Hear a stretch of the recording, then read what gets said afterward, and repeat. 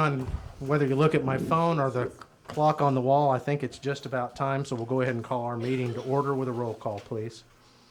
Commissioner Patton, Here. Commissioner Barwick, Here. Commissioner Webb, Here. Commissioner Stecklin, Here. Mayor Absher. Here. Okay, and Mr. Reed, would you lead us in the Pledge of Allegiance, please? I pledge allegiance.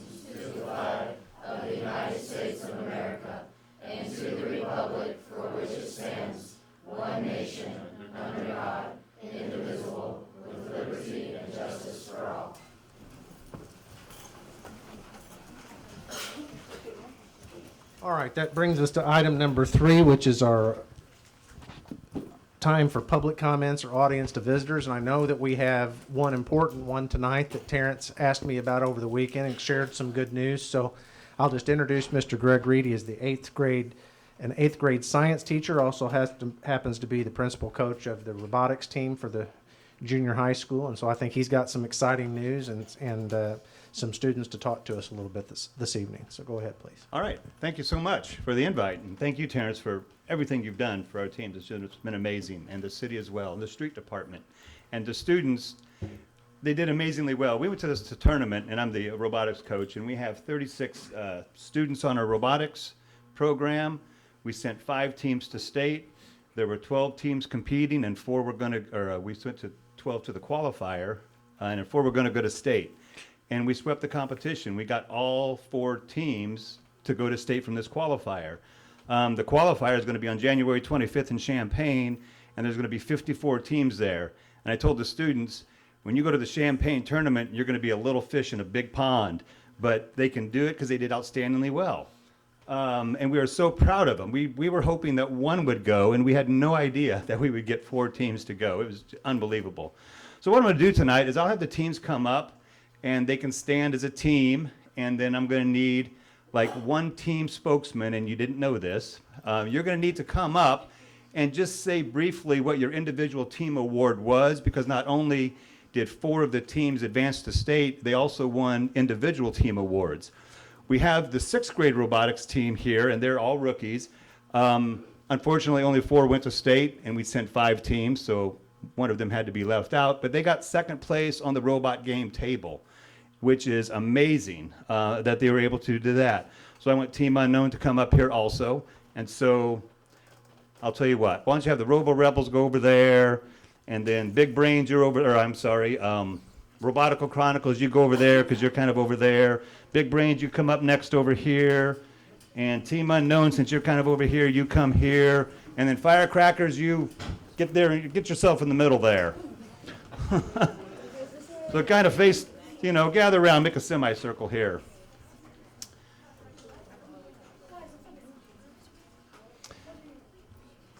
All right. I would say when it's your turn, again, like Team Unknown here is, you can gather as a team and then have a spokesperson come up.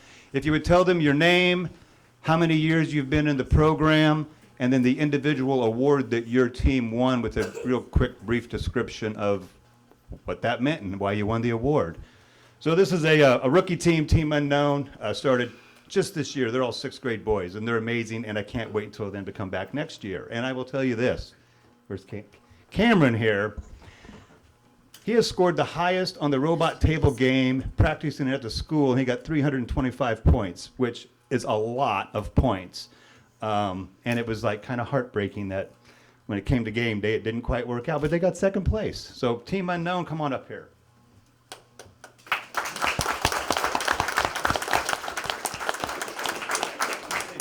How long you been in? I'm Cameron Gossett. We're Team Unknown, and we've been in robotics for only this year.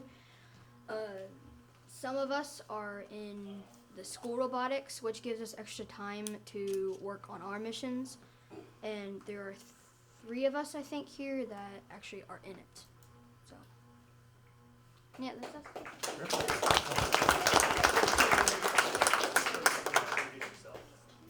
I'm Braden Knifestone, and this is the Team Unknown. There's more people on our team, but they were not here today. But I'm the builder for our team, and he's the programmer, but everybody else, they help us a lot.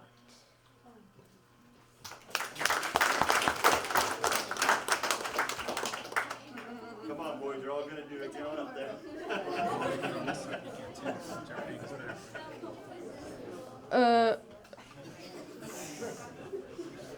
My name's Aiden Michael Lamerberry, and yeah, I don't know.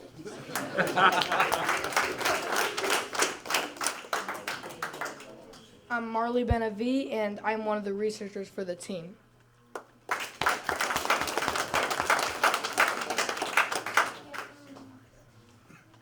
I am Xander Fisher, and I am a programmer slash builder person.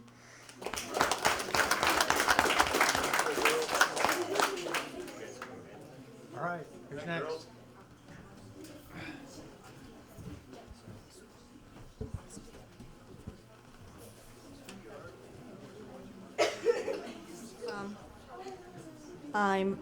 I'm Brooke Burkhalter, and I'm the programmer for the Firecrackers team.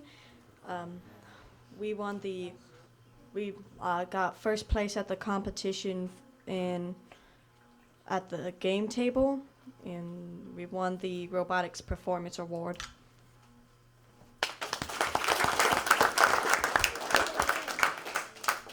I'm Charlotte Marlowe. This is my first year doing robotics, and I am a researcher and writer for the robotics team.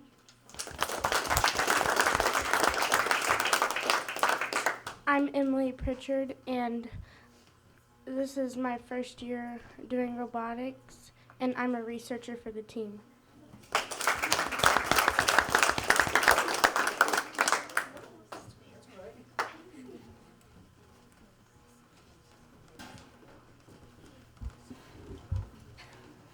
Hi, I'm Logan Ridings. I am the lead script, update, and basically all of that stuff writer for the team, and we won the Robot Design Award, which basically means we had the best robot design with our attachments and just our build in general.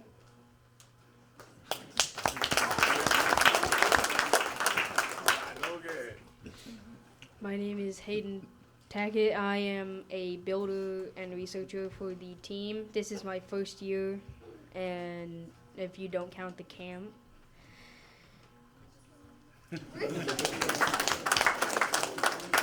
My name's Trevor Snyder. I am the team's head programmer.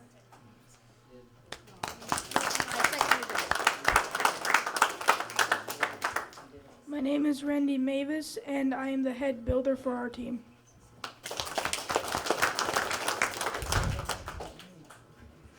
My name is Nicholas Smith. I'm one of the builders, and I'm also one of the head researchers for the Big Brains.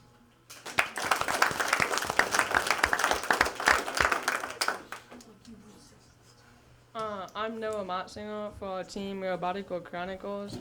I've been in it for about 2.5 years now. For the game, we won the Champions Award, which is the best overall award.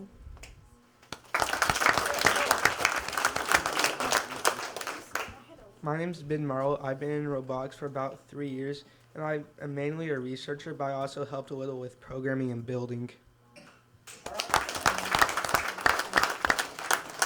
Hi, my name's Carter Westray. I've been doing robotics for 2.5 years, and I'm a programmer mainly, I guess. Jonathan Aviles. I've been here for 3 years, and I'm the lead programmer of our team. Hi, my name is Ian Emeister. I am mostly a researcher, but I also do a little bit of the building for our team. Hi, my name is Eli Springblood, and I've been in robotics for 3 years, and I'm the head builder.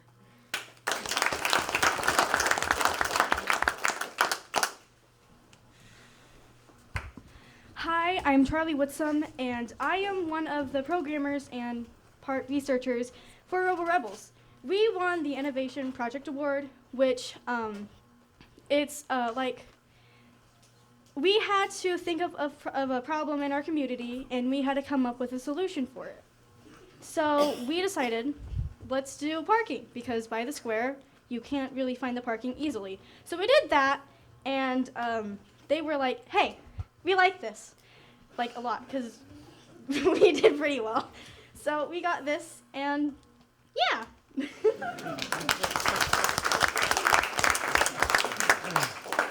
I'm McKenna Morton. I've been doing robotics for 2.5 years, and I was the main writer for the innovation project. And then later on in the year, I also helped building the robot.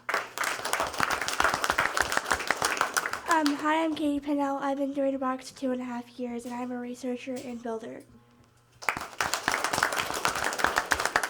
I'm Jalen Pratis, and I have been doing robotics for about like a year and a half, and I help manage like the shirts and like write down notes and stuff.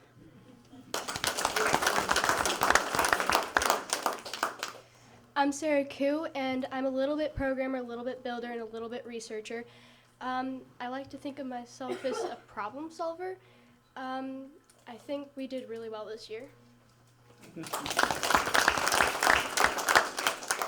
I'm Jessie Tilka. This is my first year in robotics with the Robo Rebels just by themselves.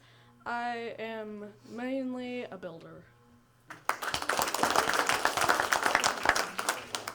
I'm Grace Jordan, and this is my first year in robotics too, and I'm mainly a builder. I'm Sanjana Allure, and this is my second year in robotics, and I'm mainly a programmer.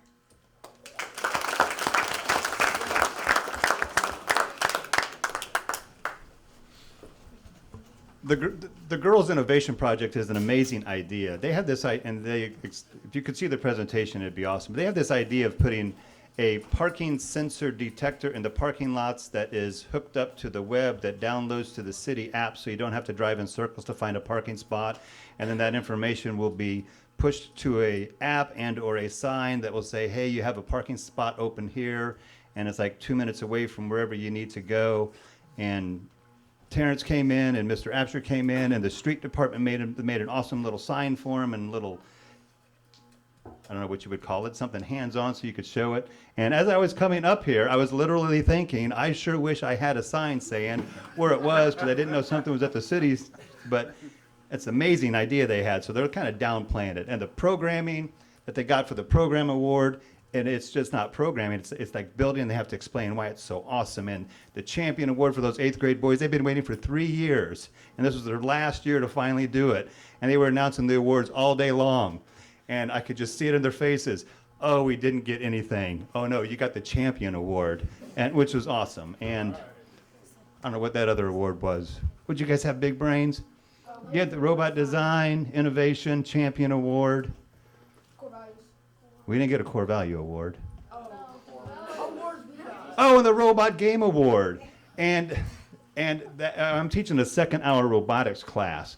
And the 2 best programmers and builders are students that is in my second-hour robotics class, because they have the whole day, and I taught them explicitly how to program and how to build, and then they took those skills to the after-school club, and they rocked it hard. It was just amazing. So thank you for all the support, and thanks for us coming up here and letting you know what we've done. And if you have a question for anybody, you may ask them, or if not, we'll clear the room for you. I figured that was coming.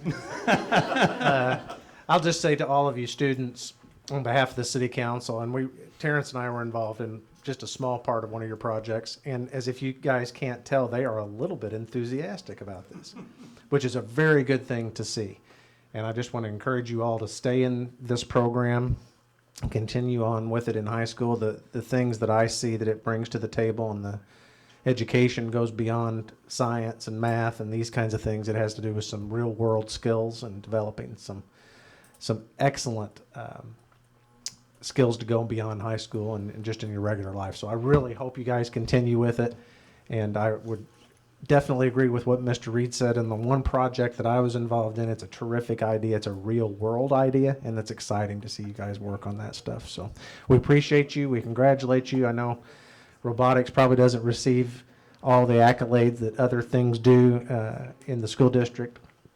And Not so it's yet. not yet, but it's our, you certainly are getting there, no doubt about it. So it's our honor to have you guys here tonight. We appreciate it. Terrence, you have a comment? We got a request if all the robotics people could stand in the front of the council. Yeah. And Oh, then have boy. the other ones below them so they can get their picture. Okay, let's do it. Let's do it to it. What's that? Kind of take a knee, everybody. You know, line up, make a double row, take a knee. Holy smokes. Thank you.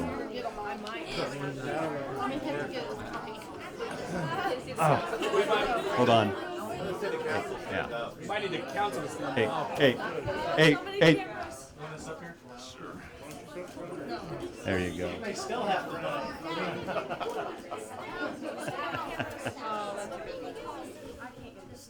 Hopefully I can get back up.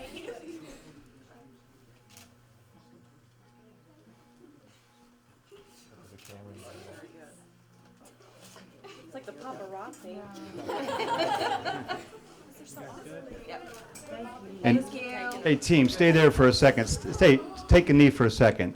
I was just talking about the kids, and I completely spaced out. My coaches, my other assistant coaches. That's Mike Berry back there. He's been a coach for 3 years. He's a coach of the team.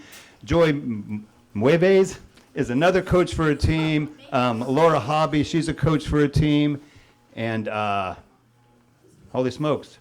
Yeah, Cody Mays, he's another coach for the team. So we couldn't do it without these coaches, and I was all focused on the kids. Sorry, adult coaches. They are amazing. All right, appreciate it. Thank you.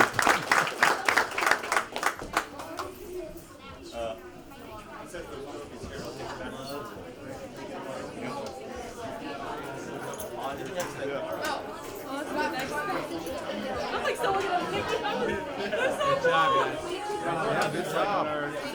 Everything else on our Facebook page. You want me to share that? Of course.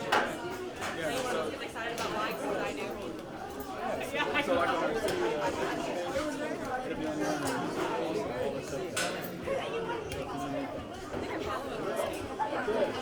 So are you the one that builds that page?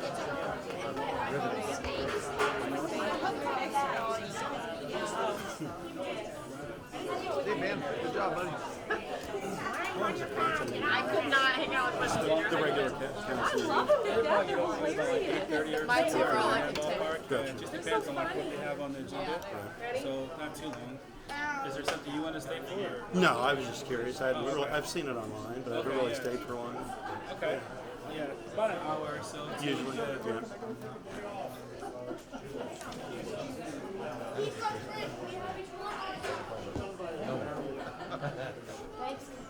See ya. See y'all. Thank you. Okay, is anybody else here to speak to the council under this section, public comments?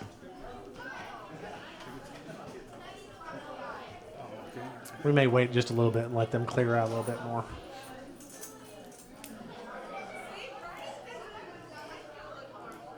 Or maybe not.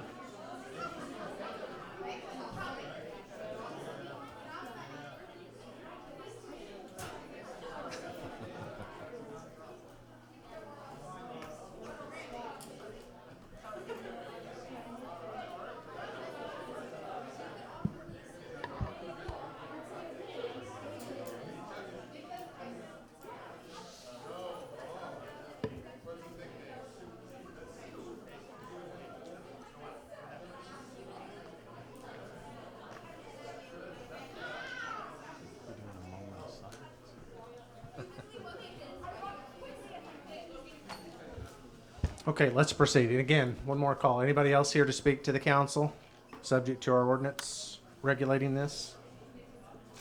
Okay, hearing none, we'll move on to the consent agenda. We have items A through E. I will ask the police chief to speak a little bit about item E, so we are going to discuss that. That's the 5-for-1 trade. Is that all right? Or you can speak about it. I don't know if you're, which one of you prepared to speak about it? I can, because of the nature of it, I prefer the majority of it not to be made public. Okay. Well, how about that? Well, regardless, we've got items A through E. Is anybody on the council, before we make a motion in a second, want out of the box any of those items removed? Did we actually get pay application number 8 for the firehouse? No, you're right. We do not have. I see it. B2? Okay, so we're, We want to table that until next meeting. consent agenda does not include item B2. That's being removed and tabled. Anybody from the audience like any of these items A through E removed from the consent agenda? Okay, hearing no further objections, I will have a motion, please, to pass the consent agenda as presented. I'd make a motion that we would pass the consent agenda as noted. For a second? Okay. And can you share with us what you can on that item, please? If it's acceptable, I do need to be generic in this request. As most of you may know, our narcotics unit, they have vehicles separate from the regular squad cars, and they are undercover vehicles. And because of what they do and what they are used for, we need to continue a turnover of these vehicles. So we have 5 seized vehicles that aren't in great shape, but it's time, we've had them long enough, it's time to trade them in. So we would like to trade those in on a newer vehicle to actually be used. And I respectfully request to not go into detail on the type of vehicle we're going to get, because it will be actually put out onto the street with our narcotics unit. So in a nutshell, Dave, what we're doing is we're taking 5 seized vehicles that are ours, we have title to, and we are trading those in on a newer vehicle, a vehicle. That's correct. It is newer. So, okay, fair enough. Okay. Any question or discussion on any of the other items, or more discussion on that item for that matter? Nope. Don't go too far. Okay, roll call, please. Commissioner Patton. Yay. Commissioner Barwick. Yay. Commissioner Webb. Yay. Commissioner Stecklin. Yay. Mayor Absher. Yay. Item number 5A has to do with ordinance 3584, which is simply codifying what we've discussed in, I think, last meeting. We read aloud our intention to levy a total of $100 upon all taxable property. And this just simply puts that in ordinance form in order for us to get that to the county. So we'll need a motion on this as well. I make a motion that we approve ordinance 3584, providing the city tax levy taxes for the city of Marion for the year 2019-2020. I'll second that motion. Okay, any discussion of this item? Roll call, please. Commissioner Patton. Yay. Commissioner Barwick. Yay. Commissioner Webb. Yay. Commissioner Stecklin. Yay. Mayor Absher. Yay. Item 6A is brought to us by Commissioner Barwick. He may want to speak to this, and the chief of police too. You can read there on our agenda what this is about. But I think to kind of start this, we currently, among all city employees, is my understanding, we have a 10-mile radius from City Hall that we use to determine either for full-time or part-time employment eligibility. Is that correct? Make sure I'm even getting that right. Is that way you guys understand it? That's correct. So this request is what? Just go from there. What we're wanting to do is, for the police department, is to push this out to a 20-mile limit. And the reason that we're wanting to do this, when we hire officers, we have 2 options. We hire someone who is untrained, and when we hire someone that's untrained, we have to send them to the academy. And for the 6 to 8 months, they really don't serve a function for us. I mean, we're paying them, and they're there, they're learning, but they can't be on their own. Plus, it's between $5,000–6,000 to send them to the academy. In the past, we've had a couple that went to the academy and either become injured or did something that they were removed from the academy, failed out or whatever. So that money was spent for nothing. So what we've been doing, the last 3 hires that we've hired officers that are already certified to meet state standards that can pretty well step in day one. Now there is a little bit of a field training time that they put in just to learn our techniques of how we do things and the city, but it's nowhere near what a new hire that has no experience would be. And what we've found, unlike other departments in the city, they hire someone and basically they're good to go first day on the job.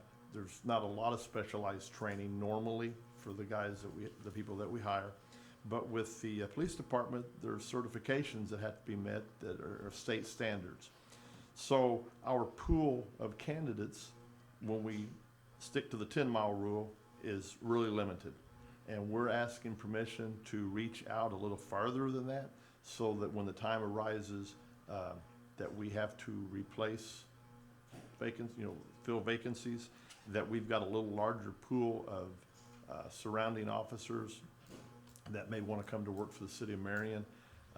It's been said, well, they can move to Marion, but you have to keep in mind some of these officers, they have their families established. Marion PD is a good job, but they have to weigh it. Well, is it worth me uprooting my family and moving 1 mile or 2 miles just to get in that 10-mile? Chief, if you have something to add. I do.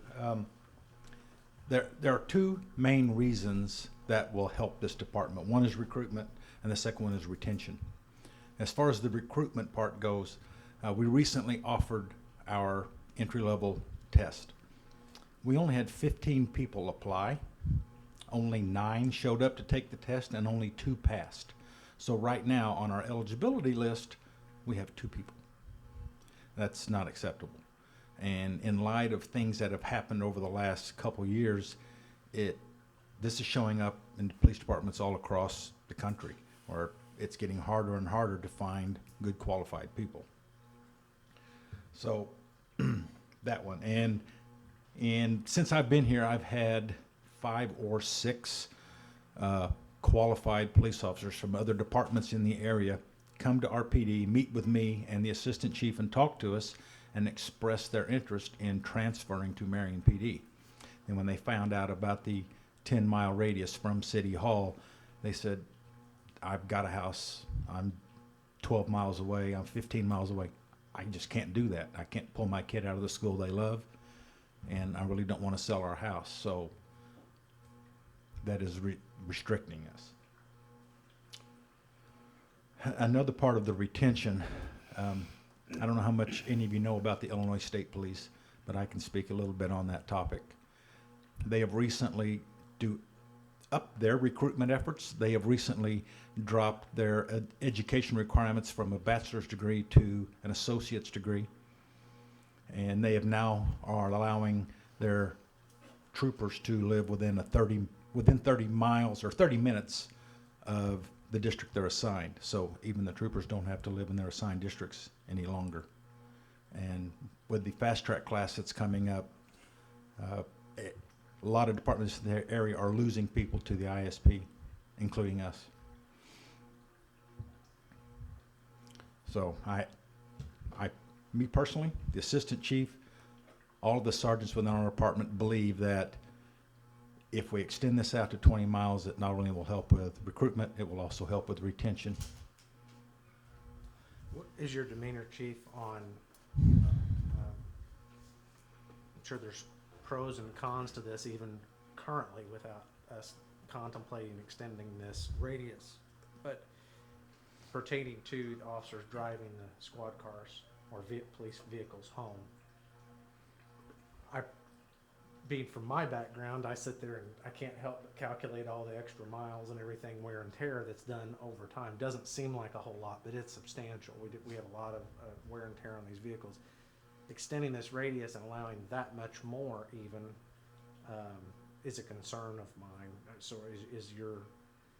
has that even, if you've even got there to that point, I mean, would this Yes, sir, I have. would they be allowed to continue, I mean, I policy and drive the vehicles home?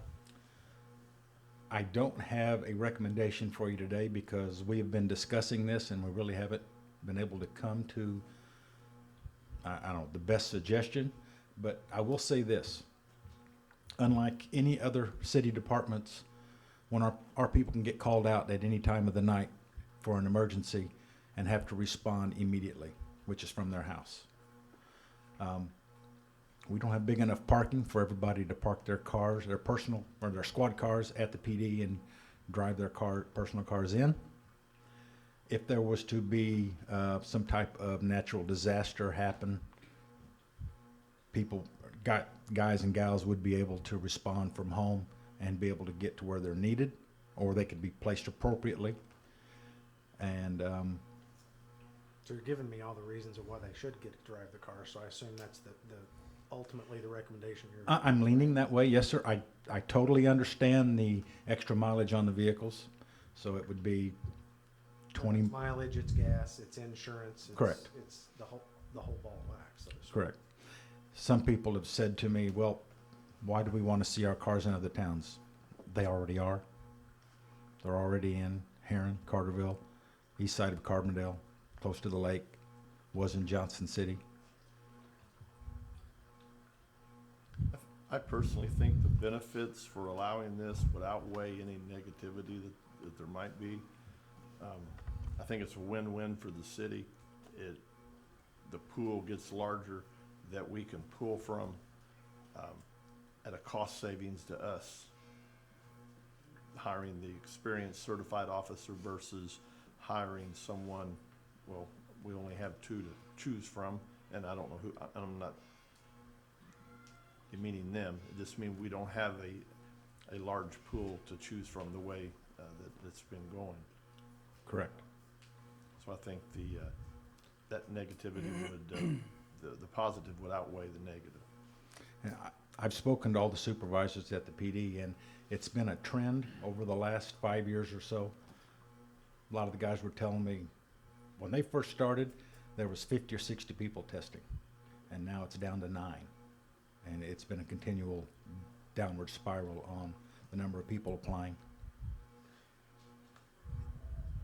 Is our recruitment, or I don't even know if that's probably not the right word, are we given any, outside of this issue, which is, I understand, expand the eligibility pool, but what about our advertising to even let people know that there is a testing opportunity or are potentially jobs opening? I mean, are we considering expanding our efforts there too? Because it sounds like this may or may not be the only thing that helps us, right? That is correct, yes. We advertised heavily on our Facebook page, and we also advertised on Indeed. This is this last go around? Yes, sir. It still only got the muted result? Yes. And I know there are a couple others, but I don't think there's any as well read as Indeed, and we still come up way short.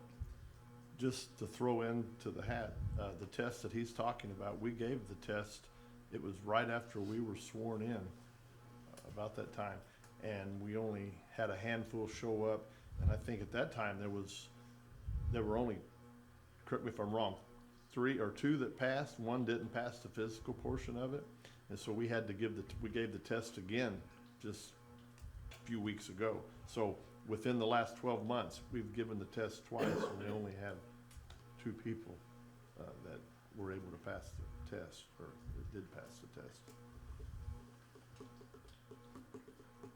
I have been in contact with John A. Logan, so we will be at their next job fair, which is coming up in the spring. And they, I presume, offer a 2-year, obviously, associate's degree in criminal justice or Yes, they associate do. degrees. And now you're saying now we accept that, and so does the state police, though, right? That's correct.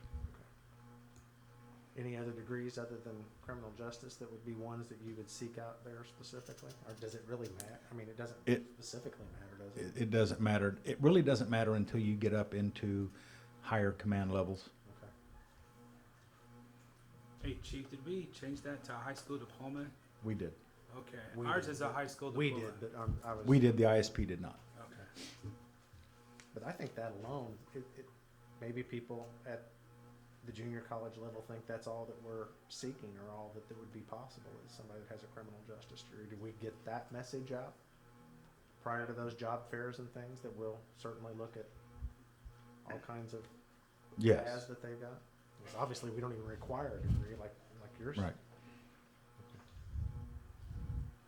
What's the draw to ISP? I guess it's pay and benefits probably, isn't it? That is correct. Plus, everybody looks good in green, you know. Don't we, John? I think blue looks very nice. It does. I'm not sure how to respond. Dave, I understand the problem that we have. I'm not sure that I agree with it will help in recruitment, but that may be a matter or difference of opinion, because I think we could apply that to no matter what department we have. That being said, I think we need to consider how this appears or how this looks to the other city employees and what kind of position we're going to have with that as well, because I don't know that it would be a wise choice to say yes to the police and no to everybody else. I'm just kind of thinking out loud here. Because you could make the argument for being called out at the drop of a hat at any given moment. You could make the argument of, recruiting. If I know of an accountant somewhere that I want to come to work for the city finance department, I may go try to recruit them.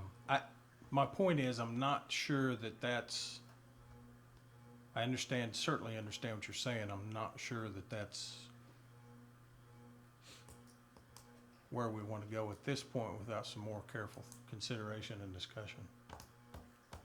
That's my thought. Because the other employees, we have the 10-mile rule, right? Mm-hmm. No, I understand that. You know, Can I just ask a question? I don't know how long that's been in effect, and I get the pretense of why we have something, but was there some magic 10-mile number that was decided upon, or was that just At some point in time, 10 it miles? was, yeah. It was city limits, I believe, Yeah.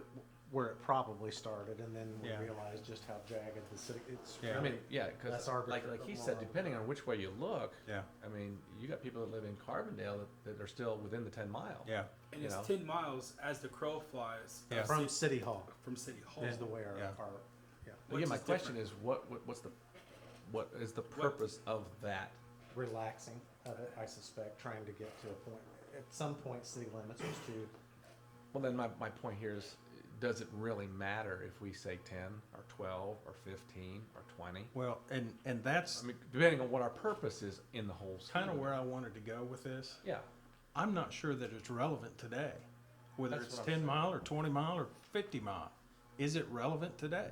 I mean, I understand There if you got a firefighter that has to be to the station in X amount of minutes. Yeah. But I think they're already on duty, or most of them. And as far as other employees, getting to where do they come to City Hall for most things? Probably not.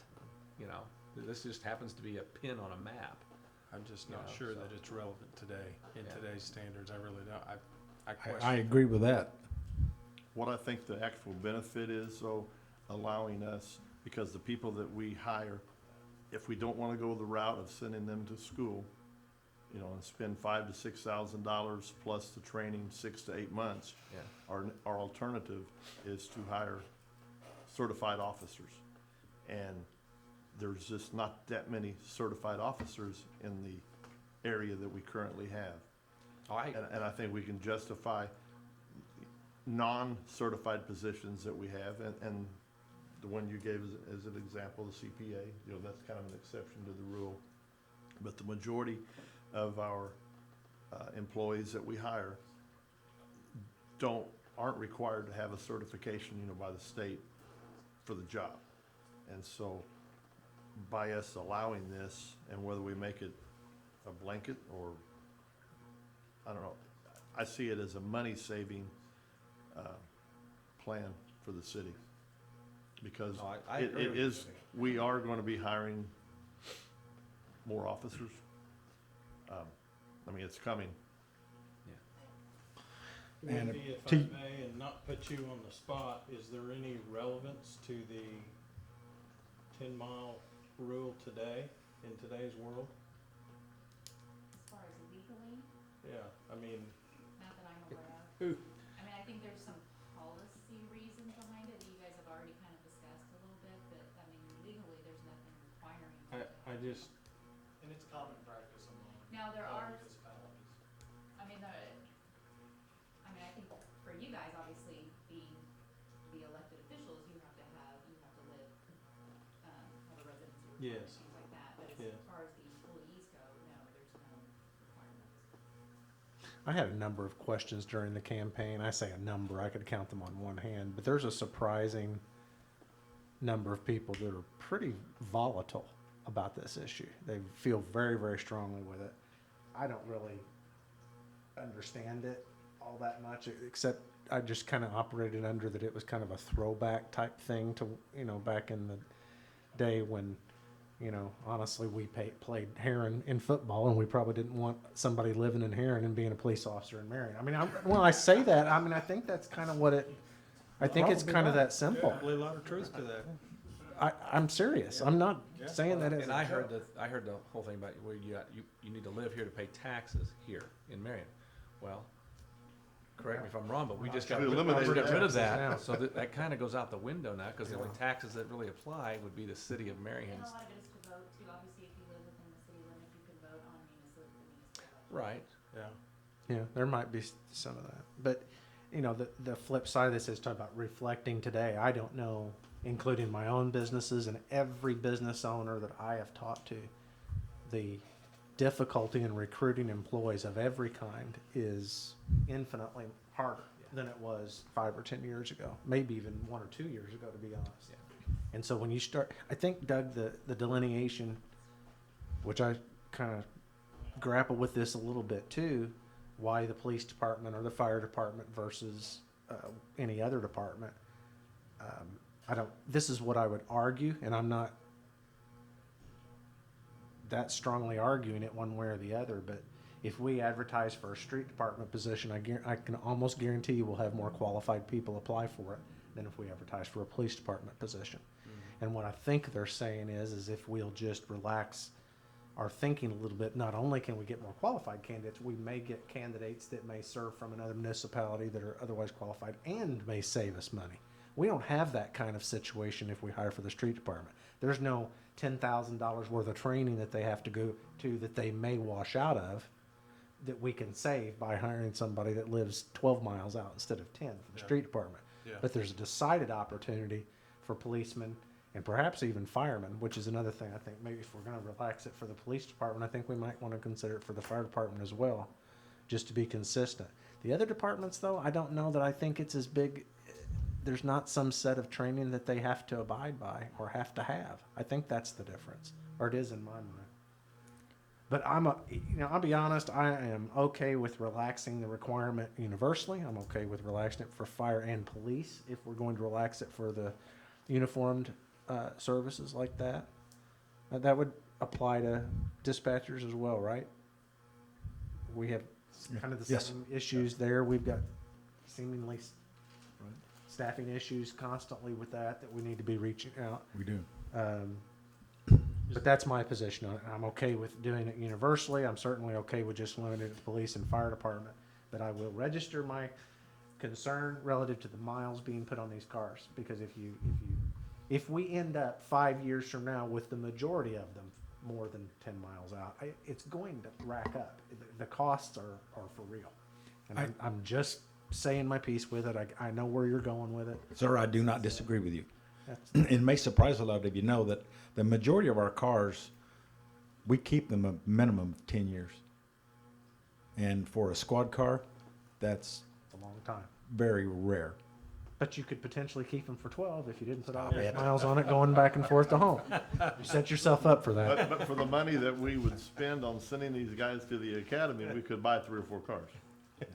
And just to reiterate one more, Because I've got more. you always do, sir. I thought it was interesting that Commissioner Barwick mentioned state police goes with the minutes, like 30 minutes.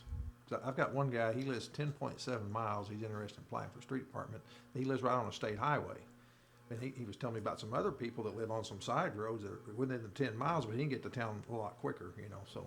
And if we relax it to 15 or 20, you'll have the same person that's going to have the same. I mean, anything that's arbitrary, you're going to have somebody that's going to be on the other side of the law. But The only reason I came up with that 20, and I'm not the only one that said the 20, but the reason I come up with it is in interviews and conversations that I've had with local officers from the area that want to come here, I haven't talked to any that live any further away than 20. okay.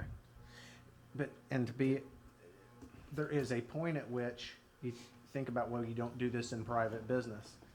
There are circumstances where we do this in private business. It depends on the job too. You can allow somebody to drive so far that it's actually a detriment in their work-life balance, and you have to have that discussion with them. I think there is a point at which we do have to have a limit, is what I'm saying, is if you just lift it all together, I don't think it's in our best interest to have somebody from Salem, for example. I agree. Live in Salem and work at the police. I agree, but if that happens, I mean, that would affect your hiring practice at the beginning. You know, if you got somebody who lives in Salem applying for this job, you're going to look at them twice and go, oh my gosh, I do that in my business. You know, if they're coming from, you know, the other side of El Dorado somewhere to work, I got to think about, you know, snow. I got to think about all those things that happen. So that affects my hiring a little bit, unless they're just a rock star, superstar.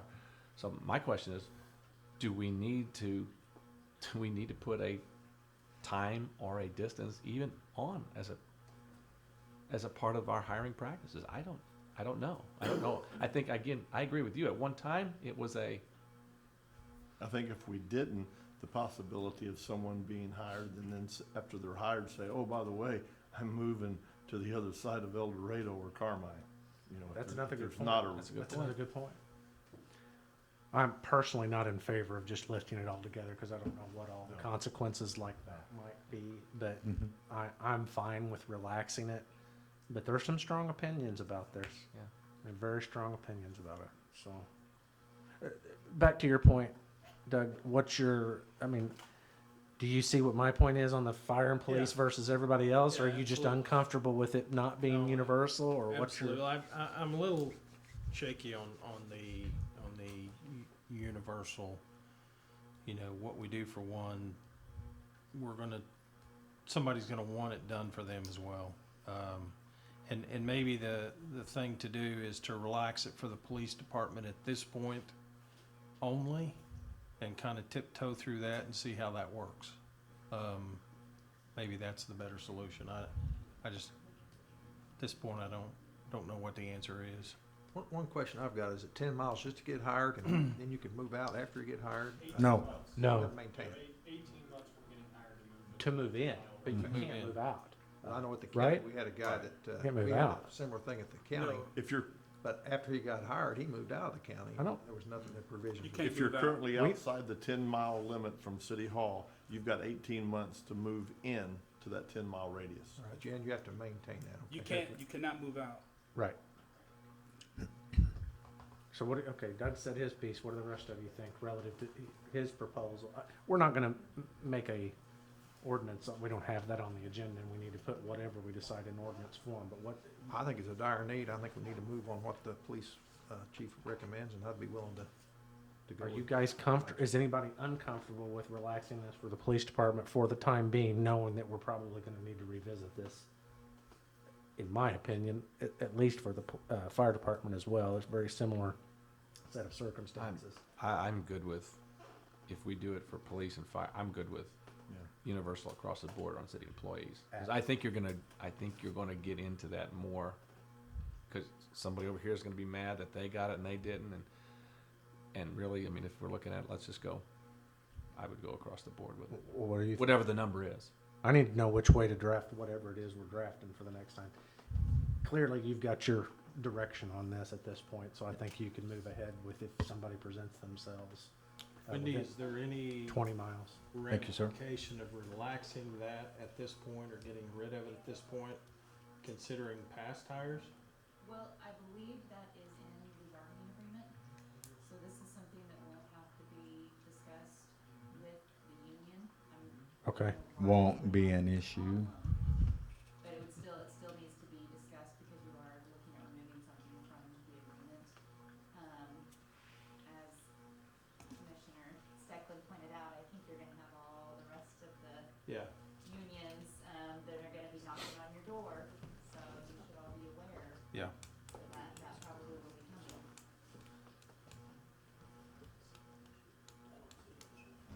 Since you mentioned him, could I get his opinion on this? Do you have an opinion on any of this? Yes, sir. Give me a specific question, and I can try and give you a specific answer. I'm asking the questions here. Do you have any opinion, being one, a police officer, obviously, and just an employee in more general terms, as to this whole residency requirement issue? Specific to the police department, do you think that's a good thing, being a police officer? And secondly, what's your perception of it in a larger sense from an employer's? Sure. I see it both ways. Okay. The expense, I don't think, outweighs the benefits of broadening your horizons for your possible employees. You know? Yeah, I want to broaden our horizons and not have the expense. I agree with you. I hear what you're saying. I know there's officers that we have hired in the past, recently, that live outside of the limit, that are coming up on time frames that a decision needs to be made. Either they're outside because they couldn't sell their house, or they've been put in a position where it's coming up on that 18-month where I'm either going to have to go back to where I came from, or I need this expanded because this isn't going to work. And I mean, you're going to potentially not only limit yourself to who you can hire, but possibly lose more additional employees due to the 10-mile time. Okay, hold that thought. Is that part of what this request is? Are we trying to retain somebody specific that we're on the cusp of losing? I am not doing this for any one officer individually, but the instance that Officer Triffo spoke about, it is correct. We have one that this will affect for sure. Okay. Come back. Okay. Didn't mean to interrupt you too much. I just want to make sure what we're talking about here. That's Sure. Go ahead, please. I think that's just, I think 20 miles, the further the better, honestly. I mean, obviously, there's probably a point at which it's going to be detrimental. Is that talking about just police officers, or are you talking about employees in general? Do you I would- see any differentiation, I guess, is another There is a question. differentiation, okay? I would suspect that it would be more important, obviously, for the police and fire because of the emergencies that we have to respond to. However, I would want to expand it for every employee that I would be trying to draw into the city. Okay. Okay. But we do have the unions and the collective bargaining agreements that we have to basically bargain with this over that, right? And I think Okay. we want to consider too, I mean, obviously, if this starts to affect response times to emergencies, that's something you may need to be able to justify to the public as well. What percentage of a time in an emergency are you having to call an officer from home? Since I've been here, it has been very minimal. Has So- happened? But I know We've had some sort of major incident that required more than whatever was on duty to bring them in the middle of the mainly night? for our detectives, yes. Okay. I'd say that more for the fire probably, doesn't it? Because, a big fire, they're gonna call everybody in. Right, they do an all-call. Yeah. And do they meet him at the site, or do they meet him, they go to the No, station? they come to the fire station.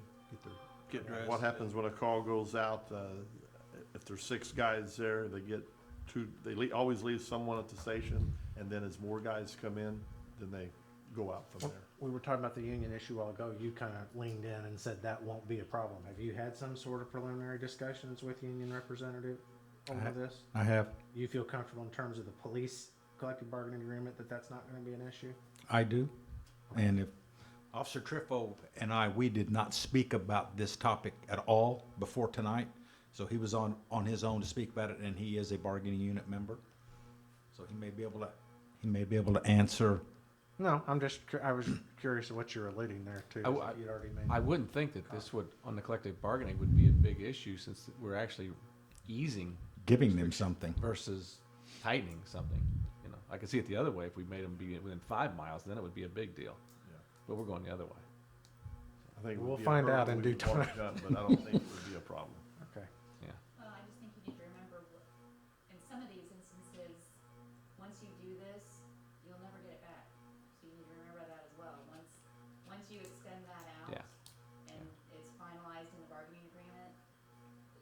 never be able to shorten it ever again.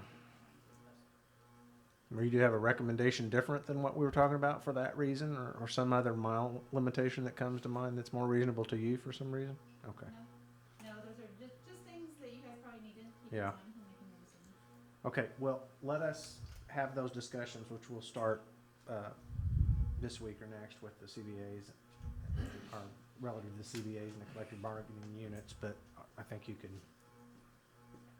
sense where we're hoping to go with it, it sounds like then. So is, just out of clear and being conspicuous, does everybody think we need to differentiate between fire and police, or we need to make it universal amongst all employees, or, you know, I know what you said already, but I don't think I got it. I'll go universal all employees.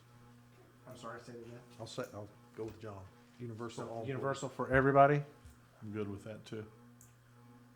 I'm so confused, I don't know. Well, I mean, it's Yes. not, yes? I think universal would be good, Okay. but I'm wondering if we ought to put a mileage limit on it. It's like, right now it's 10, maybe we should go 20. Well, I think 20 that's is what all I'm we're talking recommending. about. That's the request, is Just 20 nothing miles. at all. No, We're I talking don't, universal as far as departments, Yes, not as far yes. as distance. Yeah, we're talking, 20 miles. I'm sorry, I'm glad you brought it. Yeah. What's in my head is whether it's 20-mile limit for just police, whether it's 20-mile limit for Yes. police and fire, whether it's 20-mile limit for everybody. right. I think we ought to set a mileage limit of 20, but make it universal. Right. Okay. I think. You guys seem, I was not gonna go that way, but you guys seem to think that way, so. And I would like to talk with Wendy a little bit more about it too, because I, like I said, once it goes, it's gone. And I think. Okay. we need to- Well, you have your conversations Yep. with Wendy, then Cody, I'll ask you to start those conversations on my behalf with the collective bargaining units, and we'll go from there, and we'll move on. Thank you, sir. Thank you. Thank you, gentlemen. Okay, Glenn, Yes. can you come up now, please? Yes. One of the things, I don't know how many questions you guys will have here, but one of the things that came pretty apparent pretty quick when we opened up Halfway Road and that big project that was done there in the spring, with the traffic that is then diverted on Westminster, there became pretty quick to recognize that needed a traffic signal there, especially at two different points of the day, basically when school's starting and school's getting out. So I had asked Glenn to see what the cheapest way to do that would be. He found some equipment that we had previously used, I think a control box, and then he had this bid out, which is the result of what you see in your packets here under 7A. So anything else that needs to be added to that, Glenn, other than? Yes, we're going to modify the controller a little bit.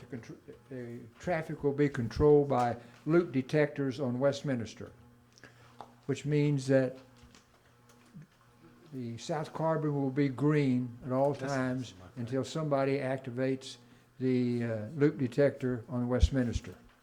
And then there'll be a fixed time that we will have for traffic to clear Westminster, and then it'll kick back over to green, and then back as long as we had a camera out there for 2 days. There's going to be several hours that very few cars are on Westminster. It's peaks at morning and evening into school times, and it's very difficult for people on Westminster those times to get out on Carbon, very difficult. And we're using temporary traffic controls. We're using wooden posts instead of a metal post. We're buying new signal heads. We're putting permanent cables underneath the road to hook into the controller cabinet for the signals. But it's a temporary installation till we widen out Westminster from Fossey to Carbon. And when we do that, we'll have mast arms and permanent signals. This is a temporary fix. And it's for $17,000, few $100s, which is, I think, a fair price to hold it for a couple of years for the traffic. So you said something changed with the loop detectors or something, but the math that you've got in our packets did not change these bids, correct? Bids reflect the loop detectors and everything in there. And we also have $900 and some odd in there for the Movatrex people who supply the controllers to come down and program the controller. Okay. So that's all in there. So you concur here based on this 3-bid tabulation, Brown Electric as the low bid? Very, as you can see, it's very, very close. Yeah, $100 and some odd, $200. 17,000. Yeah. So I would recommend that Brown Electric be awarded the contract. Okay. And is this coming out of our general fund, motor fuel? Motor fuel. Okay. Glenn, you expect any queuing problems like when high school lets out and we get all the traffic? There'll be some stops there that they didn't have before, but. That's right. That's right.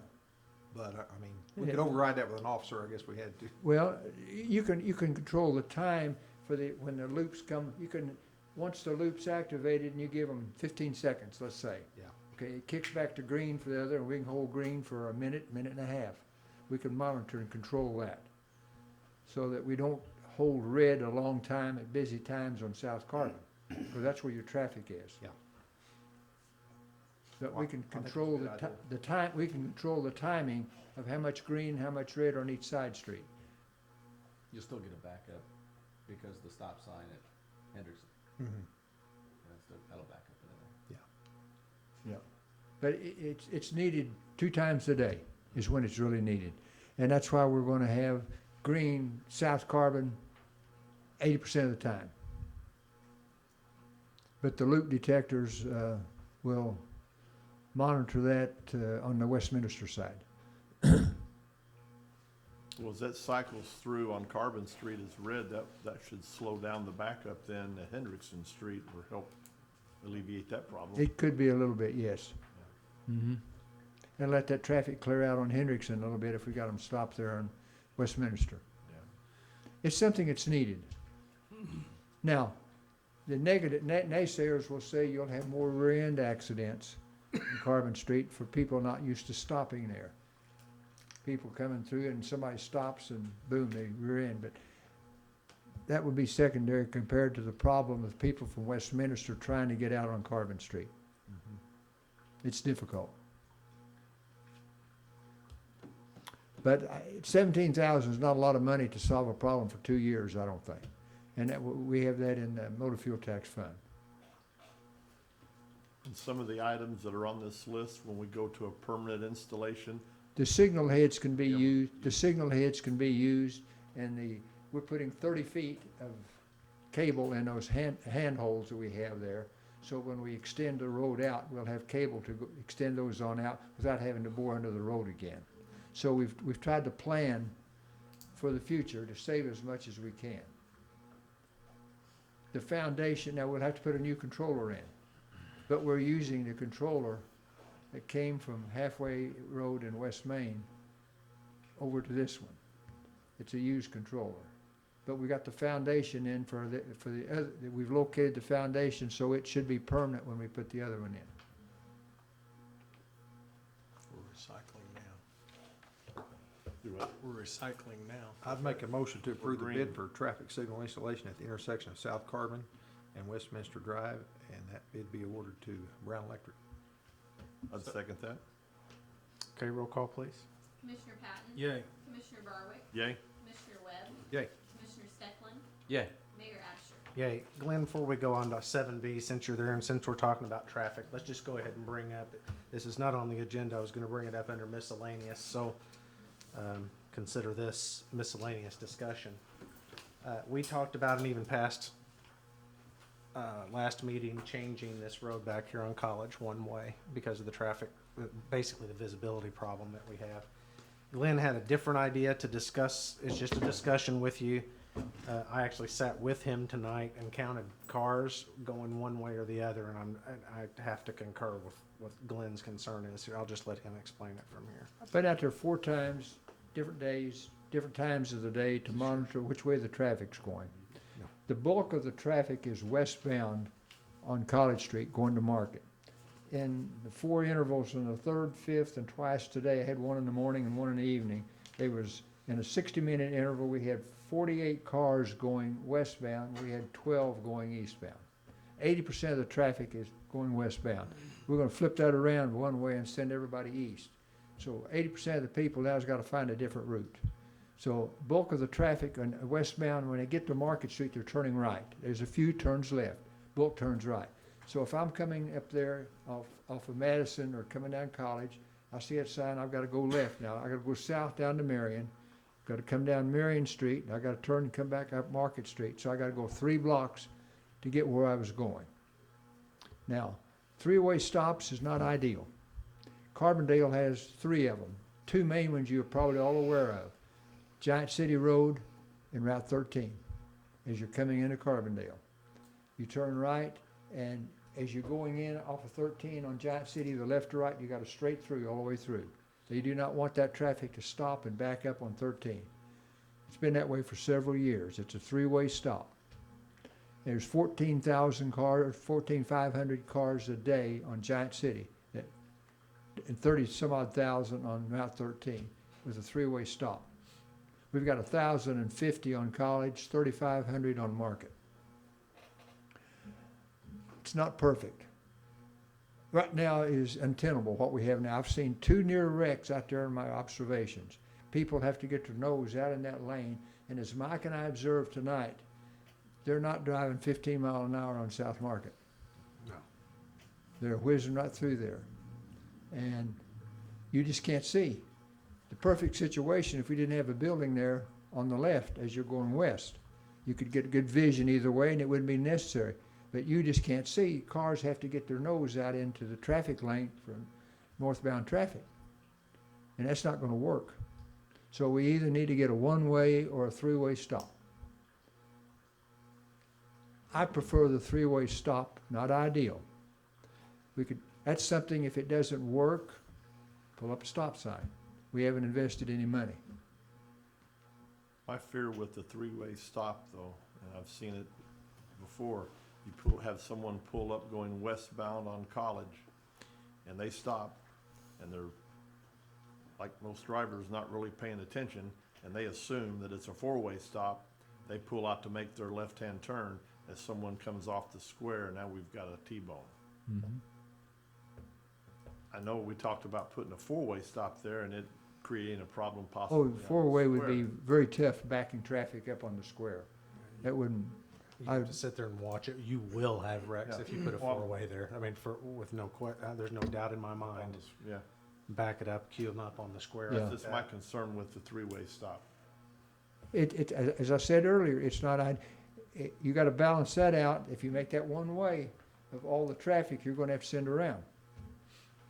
Glenn, would you say about that westbound traffic, though, wouldn't you say the majority of that is post office related? I was there between 12 and 1. And that day, on between 12 and 1, we had 15 westbound, we had 2 eastbound. And that was between 12:50 and 1:05, 15 minutes, between 12:50 and 1:05. And I'm not sure all that was post office. Could have been. Most of your traffic that's westbound turns right and goes to the square. A few of them turns left and goes south on Market. The bulk of them turns right. That's my question. I think, is it more habit that people go to the post office and just hang that right because they want to get back into downtown or wherever? But if we did make it 1-way, instead of just going right, they just go left, left, left, and they're back on the square again. Just Well, they've got to go. changing their habit. They've got to go down Madison, then they've got to go down Marion, and they've got to come back again. They got. I'm saying, send them.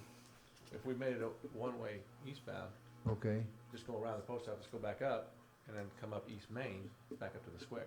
Instead of coming south and in from the south, they'd be coming in from the east, back into the Tower Square.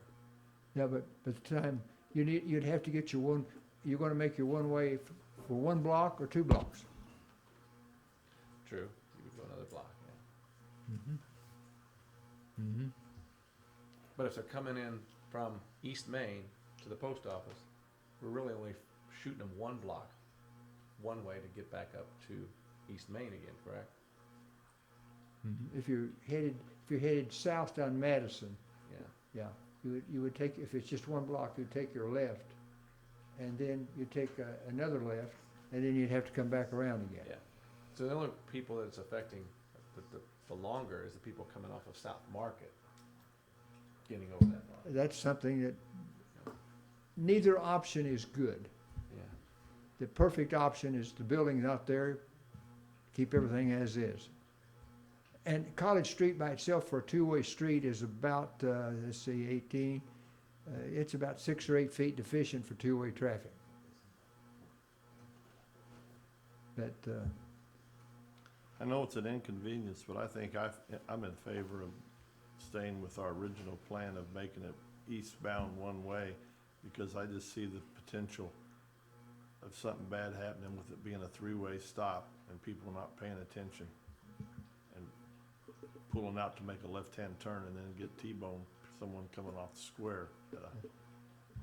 And there's, the bulk of them is right turns. Now, the times I've been there, you have a few left turns, but I'd say 80% of them is right turns.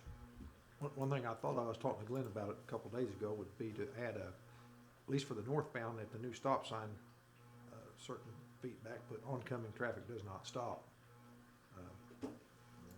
But now, I don't know how you word that for the side streets, you know. The thing about it, Southbound traffic does not stop. the thing about going with your three-way stop is you're out one stop sign installed. If it doesn't work and you can see it, just monitor it. If it's dangerous and you see traffic whipping through and people turning left, as you drive up, you've got a good view of the southbound traffic. And you could put a sign, southbound traffic does not stop. Would that affect them? I don't know. That's one way you could try it. And you could try you could try your one way for a week or two and see how it affects, see how much feedback you get on that. Think we'd get much traction if we did the three-way stop and make that a right turn only? Not, and just put no left-hand turn? You're talking coming out of college? Yeah. Right turn only My on the fear is market? just pulling out into traffic and making that left-hand turn with the traffic not stopping coming down. Well, the same thing could happen, somebody northbound could be turning left and thinking that guy's gonna stop, and you could have the same scenario, you know, with the northbound vehicle too, but. that's Well, what I was thinking of, so. If I can interject, you've really got two separate issues here. One, you've got that on College, heading westbound, at that stop sign, you cannot see I agree. any traffic coming from the south. Right. That's a completely independent issue of the people around there pay no attention whatsoever to what they're doing. That's gonna persist regardless of what you do. But what we have to figure out and how to mitigate is somebody's gonna get killed sitting at that stop sign, and you have to edge out. It doesn't matter what size car you have, and the bigger car, the worse that it is, or truck, but you cannot see past this building on the south side of College. You just One thing can't. I like about the three-way is, you know, we get a lot of foot traffic at Civic Center, at least it's gonna stop them, you know, blocking in advance, and they may be, because they've stopped, they'll be a little slower than just buzzing through there at 40 miles an hour, you know. But So how many people that's that what- are on foot traffic aren't gonna realize it's a three-way, thinking it's a four-way, step out there and somebody comes off of the square. When you have it a one-way and you got the parking lot across from the old MDR building, it's got 60 some odd parking spaces there. When they all leave, one-way streets, you forced everybody to go east. Which hopefully they would, since they can't see to get out. You guys can't leave. It's just getting interesting. It doesn't get much better than this. I know that's quite the incentive. They're gonna go watch paint dry. Well, we need to we can stay with we already passed an ordinance to stay with it as one way. I have to agree with what Glenn's conclusion is, though. There's so much more traffic coming the other way. I don't know. There is no good solution. No, There just is not it's a good bad deal. solution. It really, But what you've got now is untenable. It doesn't address the fact that it's not wide enough for a two-way street, No. unless you go one way. No, But but it's- we can. We have some work to do. Our easement is much further up closer to where Yeah. actually the stop sign goes in the ground. We- What people are driving. have We've to functioned for stripe 50 years. We've had very few accidents on a two-way street there, because we had no parking on either side. But yes, it is deficient in width for two-way street with the traffic on there. It needs to be 24-foot edge of pavement to edge of pavement. And right now, it's between 18 and 19. And people don't go to the edge of the 18 or 19 to begin with. No. That's where the problem comes Yeah. in, is that you're not getting anywhere near to the edge, which is really quite a bit into the. We need to do one or two things, make it a one-way or make it a three-way. That's the only two, or else the third one is buy the building.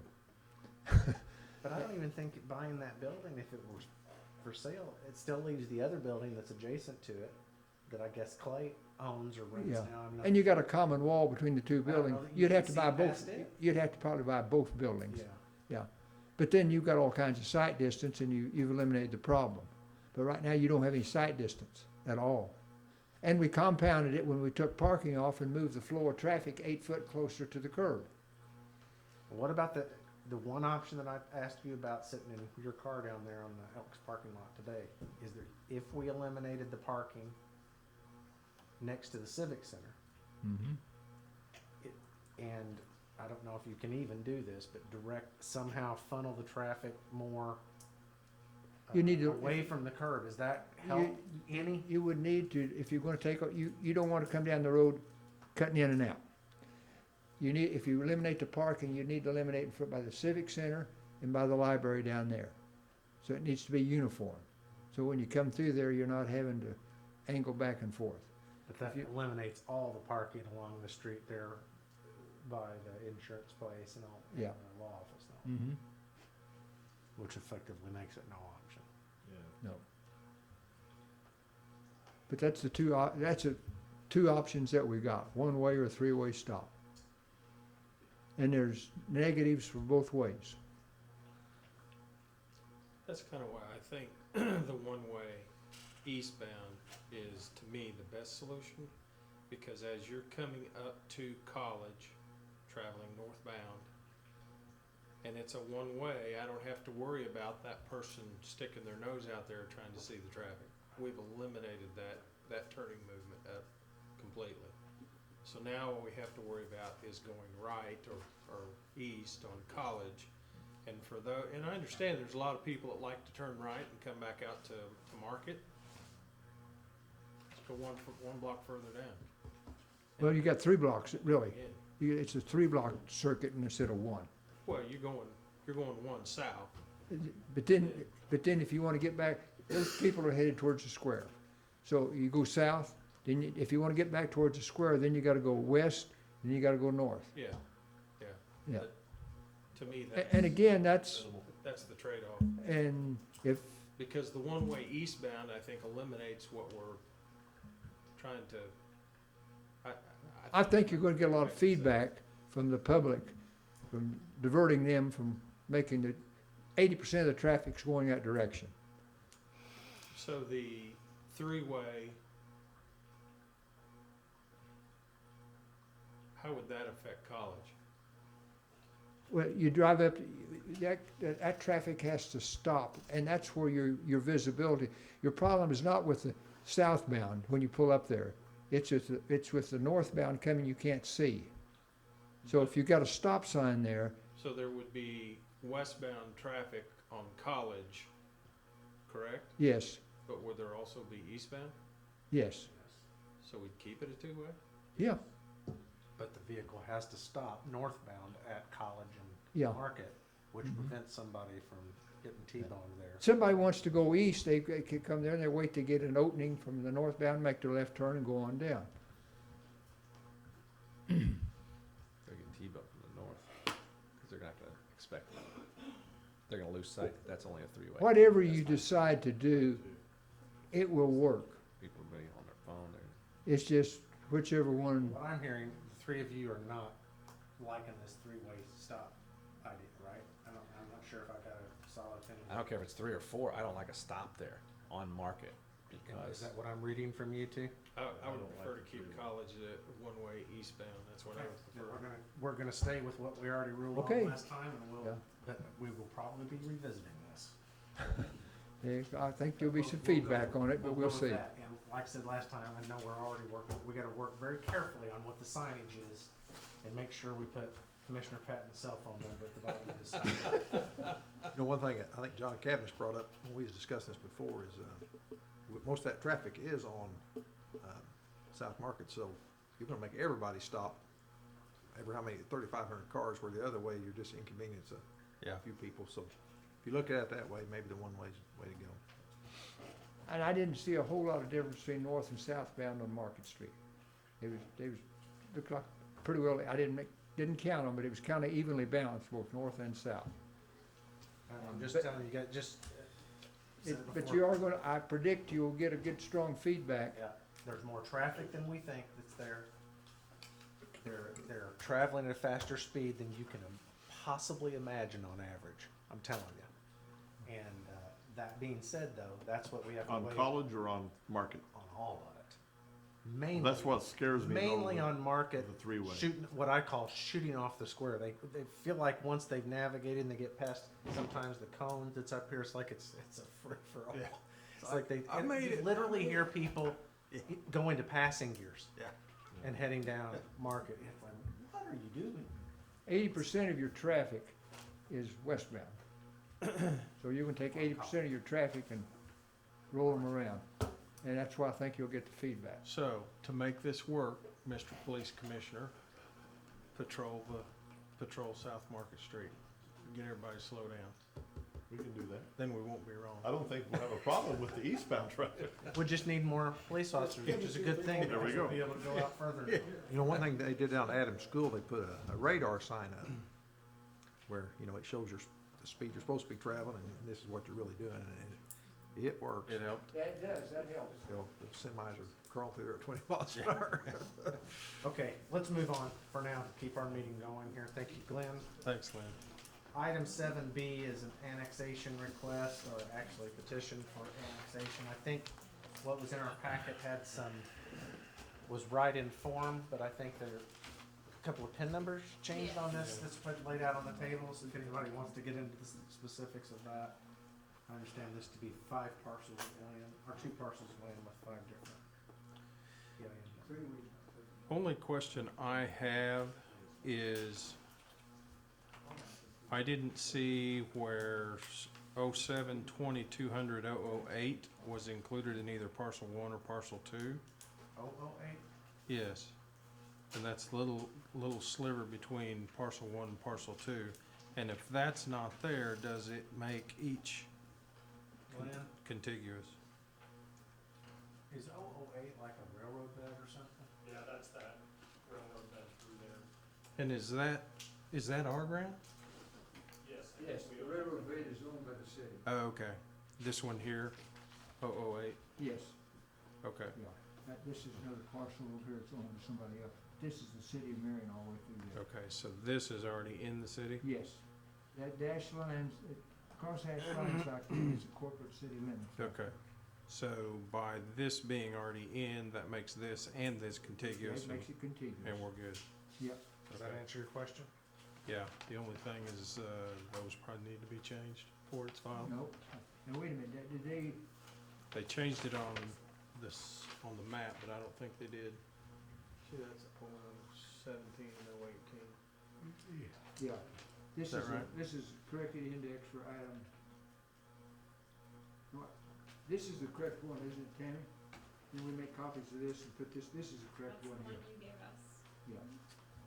This is the last one we got.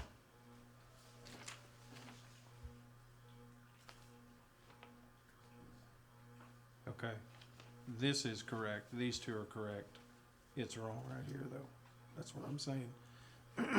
Because that's listing 012 and 013, and it should be 17 and 18. Okay, then, the one I sent to you had the correct ones on there.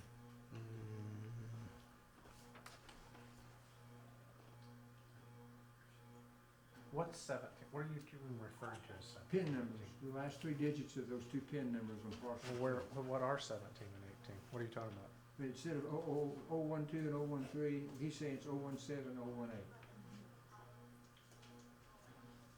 That's what you said. Well, that's what's listed here inside of the crosshatches. 12 and 13. And these are 17. I think it should be 17 and 18. Well, I think what he's saying is what's listed inside of these crosshatches are 17 and 18, but what's in Yes, that's what I'm this saying. little box, I don't know which is correct. The 17 and 18, I think, are correct and current. 12 and 13, I believe, were old numbers. And that would mean that the petition needs to be changed too. Petition got changed. Petition is correct. Petition. Well, petition lists 12 and 13. Petition? She changed that today. Yes. Did she not give you a new copy of it? petition is the last. Maybe my book didn't get changed. Yeah, she changed that. I bet she didn't give you a new copy of it, is what it was. I'm Doug, I'm 99% sure you're correct on this. That's 17 and 18. It's, I think it's 17 and 18. 12 and 13, I think, were the old numbers.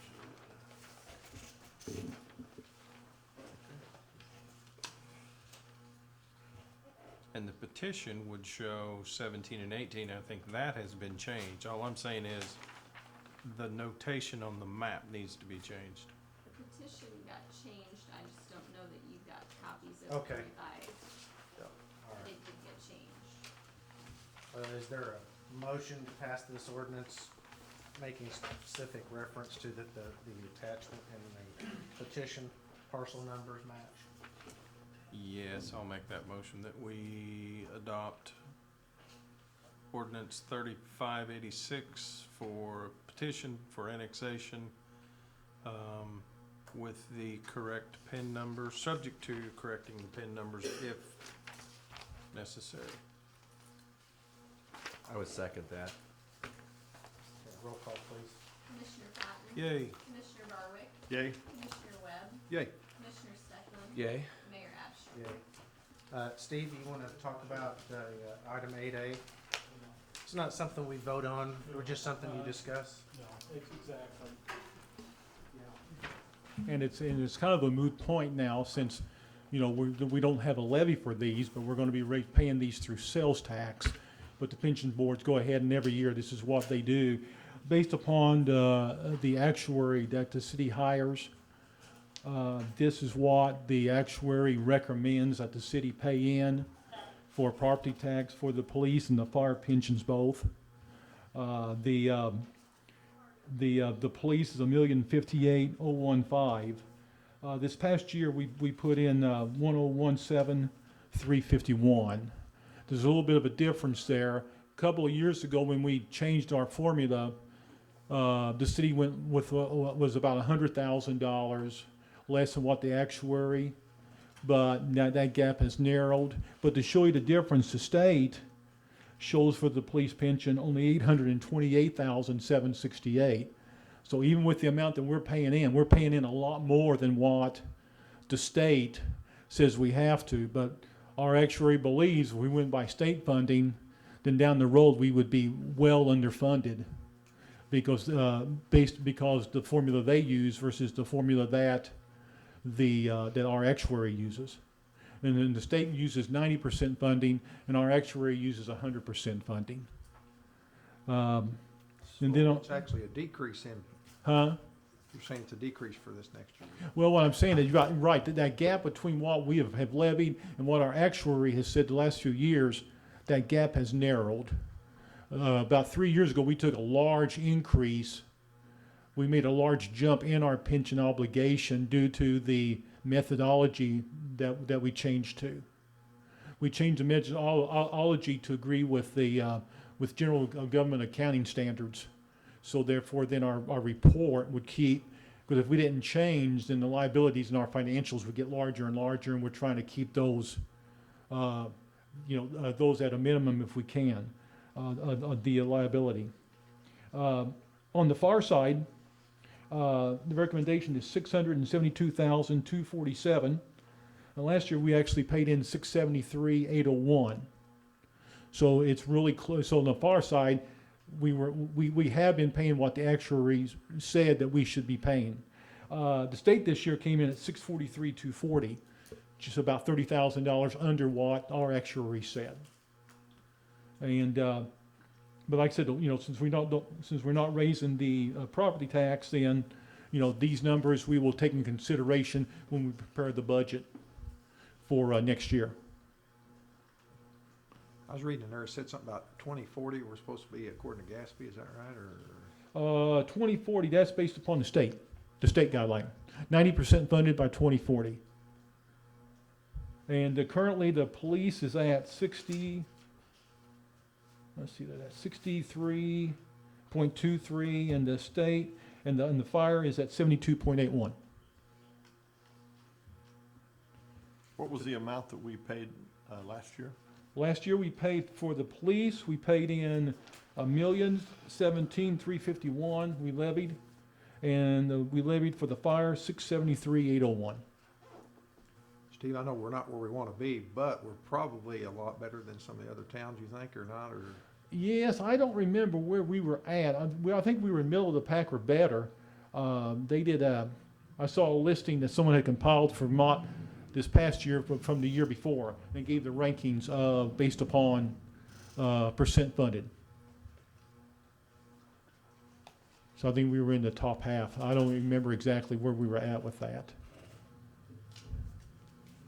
But both pensions are getting quite a bit of money in them. The fire pension had fair market value assets this past April of $12,188,804, and the police had fair market value assets of $13,763,942.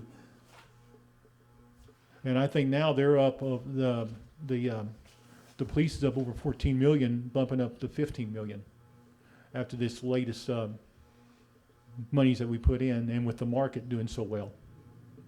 Of course, this is all going to change in a few years now, based upon what the state has done. They will be telling us how much we're going to be putting in. Versus us, yeah, when that consolidation comes in through. That's right. Yeah, it's going to be a whole different ballgame then. Any other questions? Like I said, this is just information. You don't have to, since, this would be more relevant if we were actually paying, we would have presented this and considered their request when we did the property tax levy. But since we're paying it with sales tax, it's really a moot point until we actually prepare the budget. Then we can look, and then we'll take a serious look at the numbers and how much we want to put into the pension plans. Anything else for Steve? Good. Okay, thank you. Uh-huh. Item 9A is an inducement agreement, which, Cody, I'll let you explain this.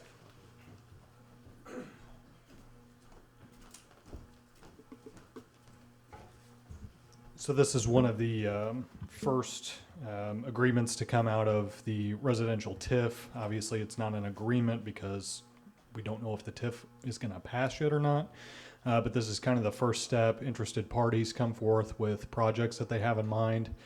You can read some of the details in that resolution that's in front of you, but it's that where the old Warder Street Church was property just south of our current location. A gentleman that is this agreement is with has a plan to build a couple of houses on that piece of property. So again, this just basically lays the groundwork. If that TIF were to pass, we would have to do a full redevelopment agreement later, but this is just kind of step one to get it on the books in front of the public for anyone that would want to see the type of plan that this gentleman's put forth.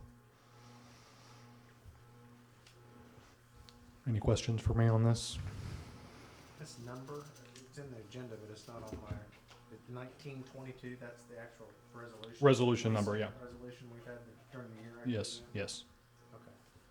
So that's what we'd actually need to read as a motion, is to approve 1922. I'd make a motion to approve the inducement resolution 1922 between the city of Marion and Bren Lane Properties, LLC. Second that motion. Okay, roll call, please. Commissioner Patton, Yay. Commissioner Barwick, Yay. Commissioner Webb, Yay. Commissioner Stecklin, Yay. Mayor Absher. Yay.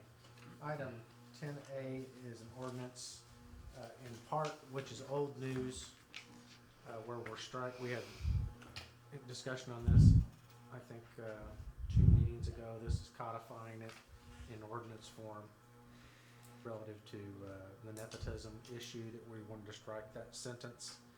There's another, as I was going through this, and then as the end of the year has come up, I've got a couple of questions from people that I wanted clarification from you guys on. I thought we needed to codify it into the employee manual, which is actually silent on it, believe it or not. Now, collective bargaining units have theirs lined out. It's everybody that doesn't fall under that.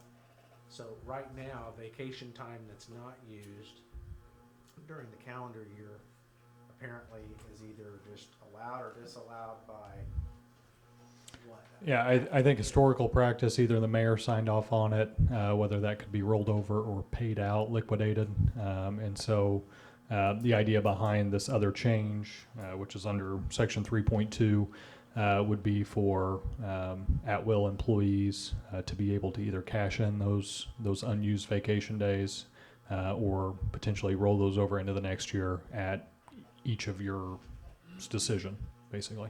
So the employee would have to appeal to you, make their case as to why they did not use their days, and then from there you decide the direction of how to liquidate those days or carry those over. Is there any limit now to how many days they can roll over? No, at this point, no one's really allowed to. It's just kind of been a case-by-case basis previously. So there's no language in the handbook or any of the contracts that allow for that.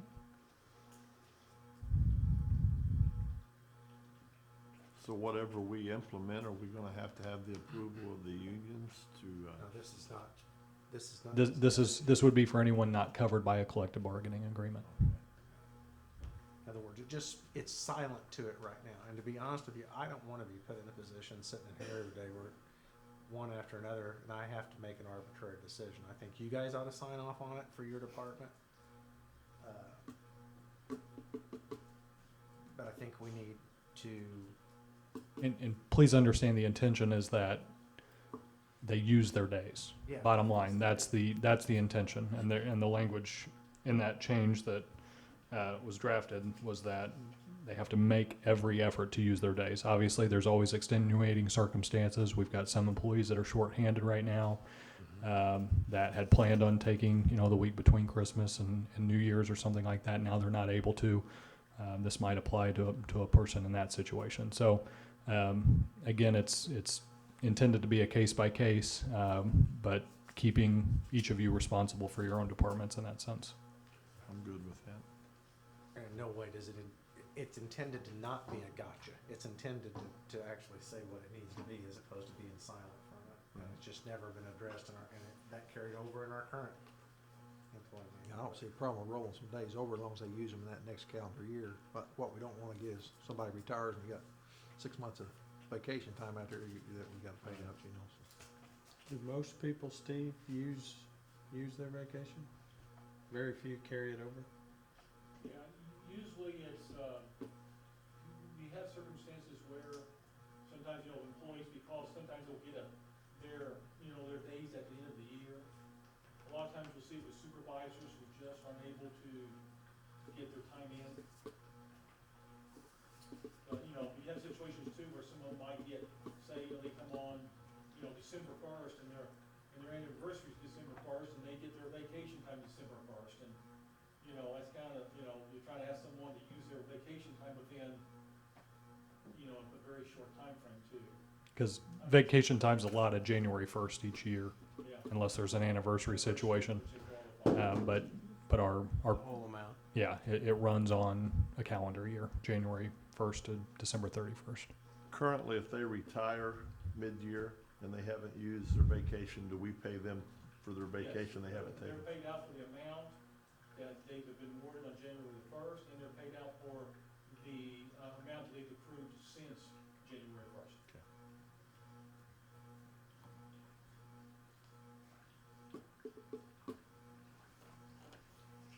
Any questions on that? Doug? No. Look at a smirk. It's not a smirk, it's just It's a smirk. Well, you got a question, I'm just seriously. Well, and the language, No, I'm just, I think I know, but the language that is currently in the contract is that if employment is terminated for any reason, that those days are cashed out upon a final paycheck or something like that. I never did understand why we gave all of the vacation in January and why it's not earned so much per month. I come from a world guess where that's- it's accrued as you go, yeah. I guess that's my smirk. I don't know. You address that? I have no idea, it was that way, when I No one has any idea. 3 years ago. How many years? Nobody could tell me then why it was done. It got approved with that 10 miles, Doug. Yeah, must be in that 10-mile rule. Yeah. To me, that's never made sense, but I personally think we ought to earn it as you go.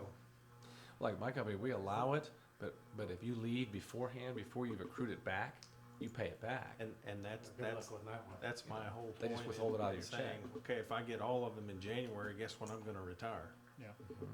Exactly. So The this- day, does the this day- only apply the to day after I get my vacation. Yeah, so the, well, no, it's, But we can't change it in the CBAs. Correct. I mean, but we could change it on supervisory employees. yeah. To me, it's Is that what you're telling us to do? It's actually not the CBA. I mean, it's just, but it's past practice. It's been so many years now, you will lose, if you try to take it out, you would lose on past practice. Okay. Well, we can address we'll find the details of it, Doug. I don't know that we can solve that with this ordinance, but. Do you have any issues with the language of this ordinance? Anybody else? No. Is there a motion? I'll make a motion that we approve ordinance 3585, amending sections 2, 3, and 3.2 of the employee handbook. I'll second. Okay, any other discussion? Roll call, please. Commissioner Patton, Yay. Commissioner Barwick, Yay. Commissioner Webb, Yay. Commissioner Stecklin, Yay. Mayor Absher. Yay. Item 11A, we put some information out this in the packet, I think, a while back, but we are at the 5-year point into the hub at this point. Trying to figure out where some things could be tweaked here and there, maybe to improve some things. The concept came up as, let's go back to the people that originally gave us those projections, since they were 5-year projections, and we're at the end of that at this point. So I think Cody actually got, at my direction, a couple of different quotes. This one, I think, made the most sense. And was it cheapest? Or it was not cheapest, but it was, since it's from the same people, it was not materially more money, but since it's from the same people that made the projections in the first place, we thought that would make the most sense. So that's what we have on here is from Sports Facilities Management, basically another audit and review now that we're 5 years in, see how things are going and what worked out, what didn't work out, what we might need to look at. That's what's in your packet. I'll make the motion to approve the operational audit performed by Sports Facilities Management at a quoted cost of $18,000. I would second that. Okay. Any questions, discussion?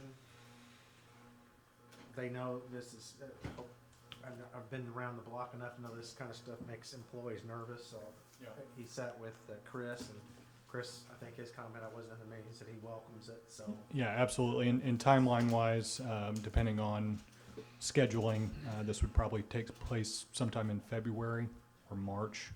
The pool filter project that was discussed a couple meetings ago will hopefully be a go for January. So then the intention would be, once that project is wrapped up, to schedule this project. So it's kind of a slow time of year at the hub as well. So with school in session. Okay, roll call, please. Commissioner Patton, Yay. Commissioner Barwick, Yay. Commissioner Webb, Yay. Commissioner Stecklin, Yay. Mayor Absher. Yay, and Commissioner reports, we'll start with Jim this time. Yeah, Street Department, the crews have been busy getting leaves out of the ditches.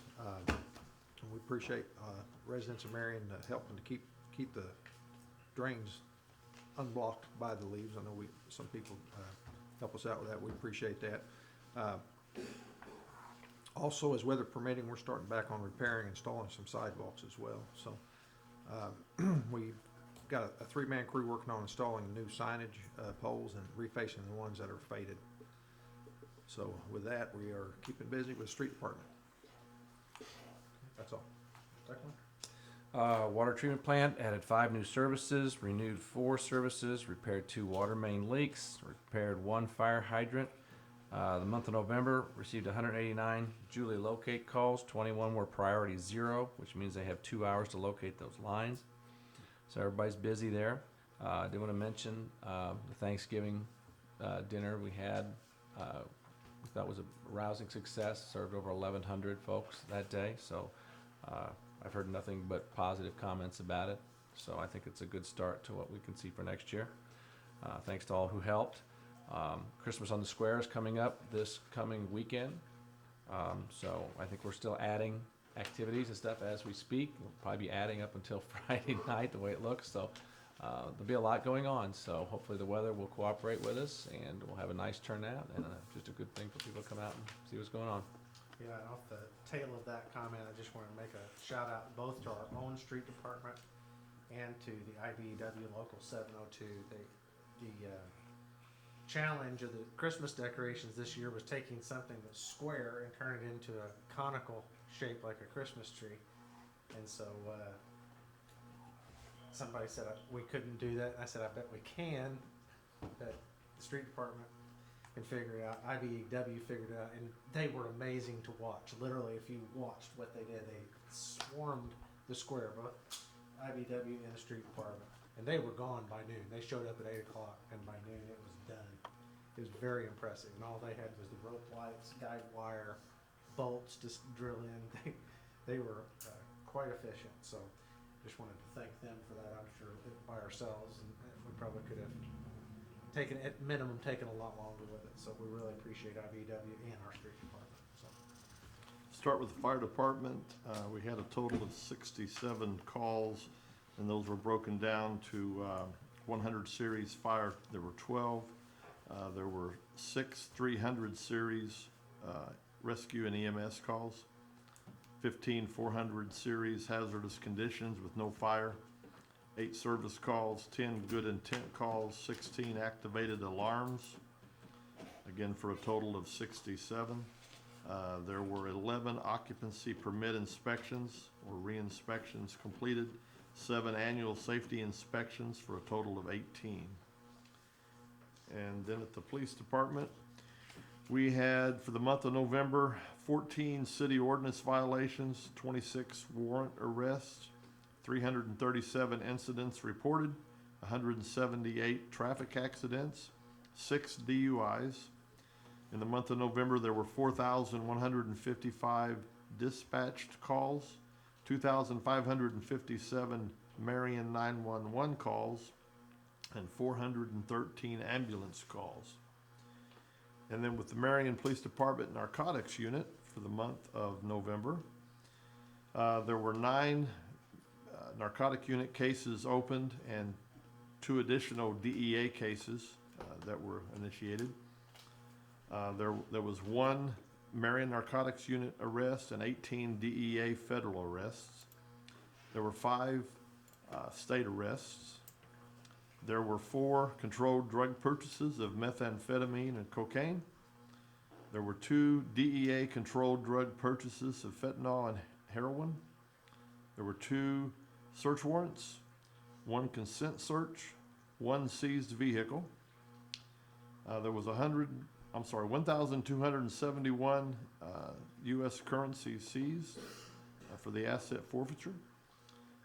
50 grams of fentanyl, 50 grams of heroin, 8.1 grams of crystal ice methamphetamine, 6 grams of cocaine, 46 prescription tablets, 0.37 grams of MDMA, and 42 grams of cannabis. And the official advance funds expenditure, that was the money that we used to purchase drugs, was $380 from the narcotics unit, and along with DEA, there was $8,400 that was used. So both the fire and the police department were pretty busy for the month of November. Did a great job. Mr. Patton? Well, every week I struggle with what to report to keep up with all the other departments. I still have come up with nothing, but rather than to read something off of my phone and run the risk of messing it up, I'll reserve until next time. We'll let Tantalizing. reading one of my pages if you want.